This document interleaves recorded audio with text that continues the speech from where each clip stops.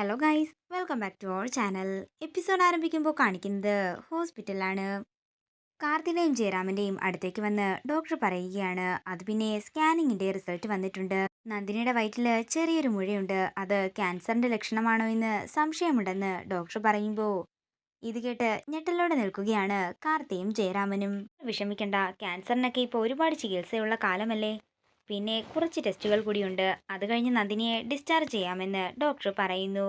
നിങ്ങൾ സമാധാനമായിട്ടിരിക്കുക, നമുക്ക് എത്രയും പെട്ടെന്ന് ചികിത്സ തുടങ്ങാമെന്ന് പറഞ്ഞ് ഡോക്ടർ അവിടുന്ന് പോകുമ്പോൾ ആകെ തകർന്ന് പൊട്ടിക്കരയുകയാണ് ജയരാമൻ.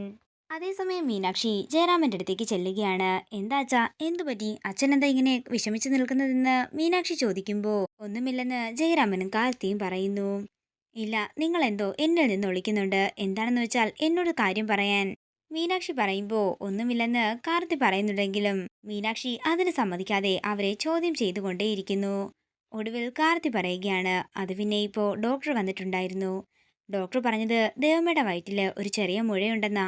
അത് ക്യാൻസറിന്റെ ലക്ഷണമാണെന്നാ ഡോക്ടർ പറയുന്നത്. ഇത് കേൾക്കുന്ന മീനാക്ഷി ഞെട്ടലോടെ നിൽക്കുകയും തുടർന്ന് പൊട്ടിക്കരയുകയും ചെയ്യുന്നു. കാർത്തി മീനാക്ഷിയെ സമാധാനിപ്പിക്കുന്നതാണ് കാണിക്കുന്നത്. പിന്നീട് കാണിക്കുന്നത് എല്ലാവരും കൂടി ചെമ്പകമംഗലത്തേക്ക് എത്തിയിരിക്കുന്നതാണ്. ഇവരുടെ രോഗമെല്ലാം ഇത്ര പെട്ടെന്ന് മാറിയോ? എത്ര പെട്ടെന്നാ ഇവര് തിരിച്ചു വന്നതെന്ന് ദേഷ്യത്തോടെ പറയുകയാണ് മൈഥിലി. അതേസമയം ജയറാമൻ നന്ദിനിയെ കൊണ്ട് അകത്തേക്ക് പോകുന്നു. മീനാക്ഷിയുടെയും കാർത്തിയുടെയും വിഷമത്തോടെയുള്ള മുഖം കാണുമ്പോൾ രാജലക്ഷ്മിയമ്മ ചോദിക്കുകയാണ്, എന്താ മോളെ, എന്തു പറ്റി? ഒന്നുമില്ല മുത്തശ്ശിയെന്ന് മീനാക്ഷി പറയുമ്പോൾ മോളുടെ മുഖം കണ്ടാലേ അറിയാം എന്തോ ഉണ്ടെന്ന്. എന്താ പറ്റിയതെന്ന് വീണ്ടും രാജലക്ഷ്മി അമ്മ ചോദിക്കുന്നു. ഇത് കേൾക്കുന്ന മീനാക്ഷി സങ്കടം സഹിക്കാനാകാതെ രാജലക്ഷ്മി അമ്മയെ കെട്ടിപ്പിടിച്ച് കരയുകയാണ്.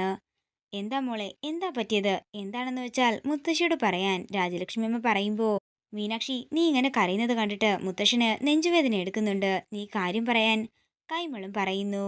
തുടർന്ന് മീനാക്ഷി പറയുകയാണ്, അത് പിന്നെ മുത്തശ്ശ, അമ്മയുടെ വയറ്റില് ചെറിയൊരു ഗ്രോത്ത് ഉണ്ടെന്നാ ഡോക്ടർ പറഞ്ഞത്. അത് ക്യാൻസറിന്റെ ലക്ഷണമാണെന്നാ അവർക്ക് തോന്നുന്നതെന്ന് അവര് പറഞ്ഞു. ഇത് കേൾക്കുന്ന രാജലക്ഷ്മിയും കൈമളും മാലതിയും ഞെട്ടലോടെ നിൽക്കുകയാണ്. അതേസമയം ഇത് കാണുന്ന മൈഥിലി സന്തോഷത്തോടെ അവരെ നോക്കുന്നു. അങ്ങനെ വൈശാഖ് പറഞ്ഞ പണി കൃത്യമായി തന്നെ ചെയ്തിട്ടുണ്ട്. ഇവരുടെയൊക്കെ ഇങ്ങനെയുള്ള ഇരിപ്പ് കണ്ടാൽ തന്നെ എനിക്ക് സന്തോഷവും സമാധാനവും കിട്ടുമെന്ന് മൈഥിലി മനസ്സിൽ പറയുന്നു. തുടർന്ന് മീനാക്ഷിയെ കൊണ്ട് മുറിയിലേക്ക് പോവുകയാണ് കാർത്തി. അതേസമയം ആകെ തകർന്നിരിക്കുകയാണ് രാജലക്ഷ്മി അമ്മ. പിന്നീട് കാണിക്കുന്നത് മുറിയിൽ നിൽക്കുന്ന കാർത്തിയും മീനാക്ഷിയുമാണ്. നന്ദിനിയുടെ കാര്യം ഓർത്തുകൊണ്ട് മീനാക്ഷി കരയുമ്പോൾ കാർത്തി പറയുകയാണ്, മീനാക്ഷി, നീ സമാധാനമായിട്ടിരിക്കുക. ദേവമ്മയ്ക്ക് ക്യാൻസർ ആണെന്ന് ഡോക്ടർമാര് ഉറപ്പിച്ചു പറഞ്ഞില്ലല്ലോ. തോന്നലുണ്ടെന്ന് മാത്രമല്ലേ പറഞ്ഞുള്ളൂ. നീ ഒന്ന് സമാധാനമായിട്ടിരിക്കുക. എൻ്റെ അമ്മയ്ക്ക് ഒന്നും വരുത്തരുതേ എന്ന് പ്രാർത്ഥിക്കുകയാണ് മീനാക്ഷി. നേരം രാത്രിയാകുന്നു. പിന്നീട് കാണിക്കുന്നത് വിഷമത്തോടെ മുറിയിൽ നിൽക്കുന്ന ജയരാമനെയാണ്. ജയേട്ടൻ എന്താ അവിടെ മാറി നിൽക്കുന്നതെന്ന് നന്ദിനി ചോദിക്കുമ്പോൾ ഏയ് ഒന്നുമില്ലെന്ന് ജയരാമൻ പറയുന്നു. ജയേട്ടൻ ഇങ്ങോട്ടേക്ക് വന്നേ, എനിക്കൊന്ന് എഴുന്നേൽക്കണം. എന്നെ ഒന്ന് പിടിച്ച് എഴുന്നേൽപ്പിക്ക്.